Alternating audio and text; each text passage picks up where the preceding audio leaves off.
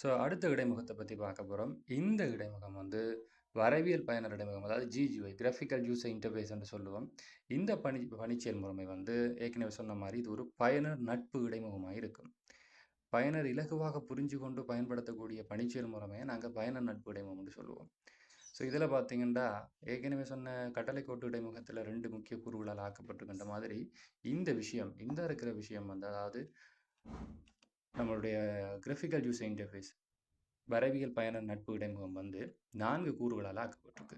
அதில் 1 சாளரம், மற்றது படவுரு, அதுக்கடுத்தது பட்டியல், கடைசியாக இருக்கும் சுட்டா.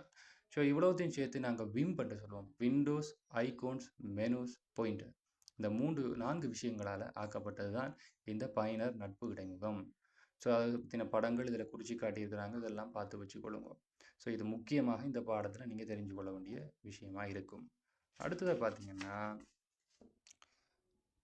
ஸோ பயன்பாட்டு மென்பொருளை பற்றின விளக்கத்துக்கு வருவோம். இந்த பயன்பாட்டு மென்பொருள் வந்து முறைமை மென்பொருளில் இருக்கிற ஒரு வகை அல்லது உதாரணமாக நாங்கள் எடுத்துக்கொள்ளலாம். பயன்பாட்டு மென்பொருளை பொறுத்த வரைக்கும் கணனியின் அடிப்படை செயற்பாடுகளை இவர் தான் முகாமை செஞ்சு கொண்டிருப்பார், அல்லாட்டி செயற்பட வைப்பார். இதில் உதாரணமாக பார்த்தீங்கன்னா, முதலாவது இருக்குது காப்பு மென்பொருள். ஸோ இந்த காப்பு மென்பொருள்ற வேலை வந்து கோப்புகளை பிரதி எடுத்து வன்பட்டுகளில் சேமித்து வைக்கிறன்ற மாதிரி சில இடங்களில் சொல்லியிருப்பாங்க. ஆனால் காப்பு மென்பொருள்ற பொதுவான வேலை என்னன்னு பார்த்தீங்கன்னா, கோப்புகளை பிரதி எடுக்கிறது. உங்களோட கணனியில் இருக்கிற கோப்புகளை பிரதி எடுக்கிறது. இது ஏன் பிரதி எடுக்கிறதுக்கு இந்த மென்பொருளை பயன்படுத்துகிறோம் அப்படின்னு பார்த்தீங்கன்னா, ஒரு சில காரணிகளால், ஏதோ ஒரு சில காரணி, அதாவது உதாரணமாக பார்த்தா சூழல் மாற்றங்களாலேயோ, ஏதாவது இயற்கை மாற்றங்களாலேயோ, ஏதோ ஒரு காரணத்தால் வந்து உங்களோட கணனியில் இருக்கிற கோப்போ இல்லாட்டி உங்களோட கணனியோ பாதிப்படைய வாய்ப்பு இருக்குது. அப்போ அதில் இருந்து பாதுகாக்கிறதுக்காக நீங்கள் என்ன பண்ணணும், மென்பொருளை பிரதி எடுக்க வேண்டிய அவசியம் இருக்கும். அதாவது பிரதி எடுத்து இன்னொரு இடத்துல சேமித்து வைக்க வேண்டிய அவசியம் இருக்கும். இதுக்காக இந்த மென்பொருளை பயன்படுத்துவாங்க. ஸோ இந்த மென்பொருளில் பயன்பாட்டின்படி நீங்கள் கோப்புகளை இதிலிருந்து கொப்பி பண்ணி இன்னொரு இடத்துல சேமித்து வைக்கும்போது, அந்த சேமித்து வைக்கிற இடம் பொதுவாக கதைக்கும்போது என்ன பண்ணுவாங்க, வன்பட்டில் இன்னொரு பகுதின்னு சொல்லுவாங்க. இருந்தாலும் நீங்கள் என்ன செய்ய வேணும் என்று சொன்னால், பொதுவாக இப்படியான மென்பொருளை பயன்படுத்தி கோப்புகளை பிரதி எடுத்துட்டிங்கன்னா வேறொரு தேக்க சாதனத்தில் சேமித்து வைக்கிறது தான் நல்லதாக இருக்கும். உதாரணம் பென்ட்ரைவ், CD இந்த மாதிரி விஷயங்களில் சேமித்து வைக்கலாம். சரி, அடுத்த விஷயத்தை பற்றி பார்ப்போம்.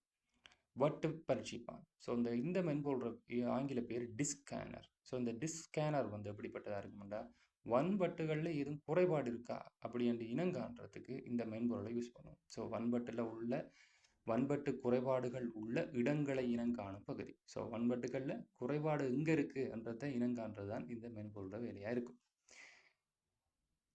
அதுக்கு பிறகு இனங்கண்டா பிறகு நாங்கள் அந்த குறைபாடை நிவர்த்தி செய்ய முடிஞ்சால் நிவர்த்தி செய்து கொள்ளுவோம். ஸோ அடுத்த மென்பொருளுக்கு போவோம். 3வது வட்டு துண்டாக்கல் மென்பொருள்.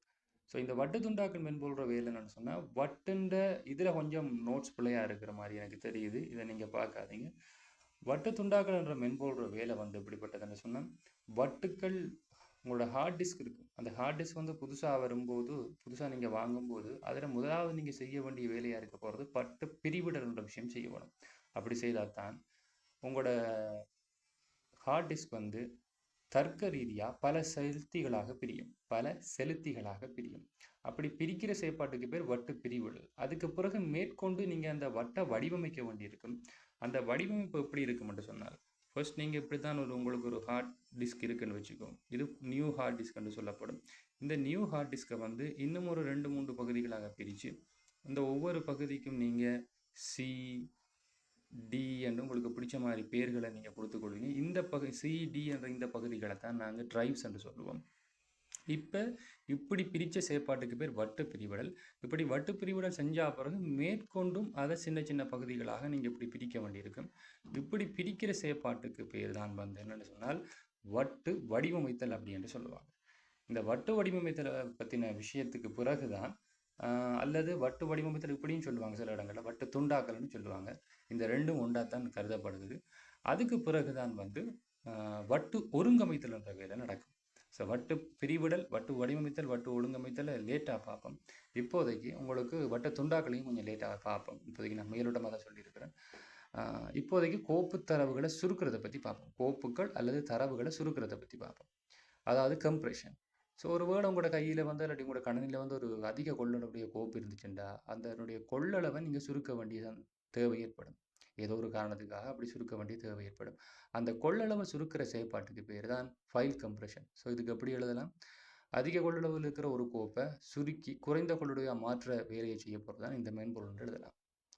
அதுக்கு அடுத்ததாக இருக்க போகிறது கொள்வனி முகாமையாளர், டாஸ்க் மேனேஜர். ஸோ இந்த டாஸ்க் மேனேஜர் வேலை என்னென்னு சொன்னால், கணனியில் என்னென்ன மென்பொருள் செயற்பட்டு கொண்டிருக்கு இப்போ, அதே சமயம் என்னென்ன முறை வழிகள் அதில் இருக்குது, அது பற்றின தகவலை வழங்குறதும், கணனியின் வளமையான நிலைகளை காட்டுறது ஒரு வேலையாக இருக்கும். வளமையான நிலை என்று சொன்னால், உதாரணமாக வந்து பார்த்தீங்கன்னா, சிபியூவில் எவ்வளோ இடம் பிடிச்சிருக்குது, ரேம் என்ன மாதிரி இருக்குது, அந்த மாதிரி விஷயங்களை காட்டுறது இந்த டாஸ்க் மேனேஜராக இருக்கும். அடுத்த விஷயம் பார்த்தீங்கன்னு சொன்னால், முறைமை வழுக்களை கண்டறிகிற கருவி. ஸோ இவர வேலை இது கணனியில் அல்லது கணனி வலையமைப்பில் உள்ள மென்பொருட்கள் மற்றும் வன்பொருட்களில் எதுவும் குறைபாடு இருக்கான்ற கண்டுபிடிக்க பயன்படுத்துறது.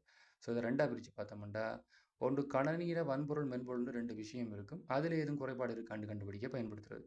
அப்படி இல்லைண்டா கணனி வலையமைப்பில் இருக்கிற மென்பொருள் வன்பொருளில் எதுவும் குறைபாடு இருக்கான்னு கண்டுபிடிக்க இந்த மென்பொருளை பயன்படுத்துவோம். அதுக்கு அடுத்ததாக பார்த்தீங்கன்னா, நச்சு நிரல் எதிர்ப்பு மென்பொருள். ஸோ இந்த மென்பொருள் எப்படிப்பட்டது என்றால், உங்களுக்கு தெரிஞ்சிருக்குமே ஏற்கனவே ஆன்டி வைரஸ் சாஃப்ட்வேர்னு சொல்லுவோம். சம்டைம் உங்களோட கணனிக்குள்ளேயோ இல்லாட்டி கணனி வலையமைப்புக்குள்ளேயோ ஏதாவது ஒரு தீங்கு பயக்கக்கூடிய மென்பொருள் உங்களோட கணனிக்குள்ளே வர வாய்ப்பு இருக்குது. அப்படி வந்தால் அதை தடுக்கிறது அல்லது அகற்றுறது, அது மூலமாக ஏற்படுற பாதிப்புகளை நீக்கிறது அல்லது அந்த பாதிப்பு வாரத்துக்கு முன்னாடி தடுக்கிற செயற்பாடு எல்லாத்தையும் இந்த மென்பொருள் செய்யும். ஸோ இது இவ்வளவும் தெரிஞ்சிருக்க வேணும். மிச்சத்தை அடுத்த வீடியோவில் பார்க்கலாம். ஸோ நன்றி.